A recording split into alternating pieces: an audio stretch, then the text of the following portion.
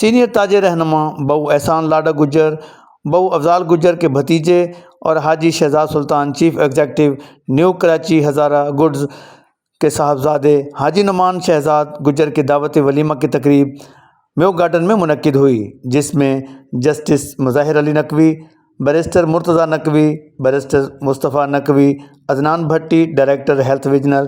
آغا شاہ حسین قزلباش، MNA سید رضا بخاری، کرنل عدیل عباسی، کرنل اخلاق رانا ریاست، ایڈوائزر ٹو وزیر اعلیٰ پنجاب محترمہ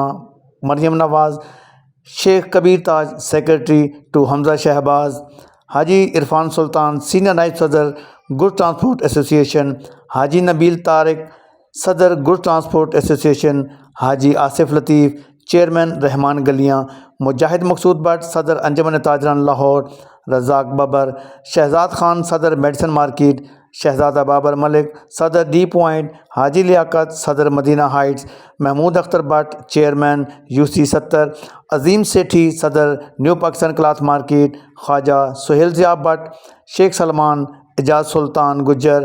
حاجی ٹیپو سلطان گجر، فیصل سلطان گجر، اقبال سلطان گجر، محسن بھائی، زہیب بٹ، بیرسٹر بلال احسان گجر، بیرسٹر ہارون اعجاز سلطان گجر، انیس عرفان گجر، اویس شہزاد گجر، رئیس عرفان گجر، نفیس عرفان گجر، رستم ٹیپو سلطان، عثمان باکسر، بشیر لبا، انعام اللہ اوپل، سمیع اللہ اوپل، ملک وقار، ملک صابر، ملک رابیل، ڈاکٹر جمی، ولید بٹ، دانیال بھٹی، چودھری شبیر گجر، چودھری عمر شبیر گجر، خواجہ عاقب، ملک ارشد، چاچا بشیر، SHO ریحان انور، ہیرا پہلوان، خواجہ شفیق کے علاوہ سیاسی و سماجی رشتہ داروں، عزیز و اقارب، دوستوں اور تاجر برادری کی بہت بڑی تعداد نے شرکت کی۔ مہمانوں نے بہو احسان لاڈو گجر، بہو افضال گجر اور حاجی شہزاد سلطان گجر کو نو بہتہ جوڑے کی مبارکباد پیش کی اور نیک خواہشات کا اظہار کیا۔ مہمانوں کی تواضع بہترین کھانوں سے کی گئی۔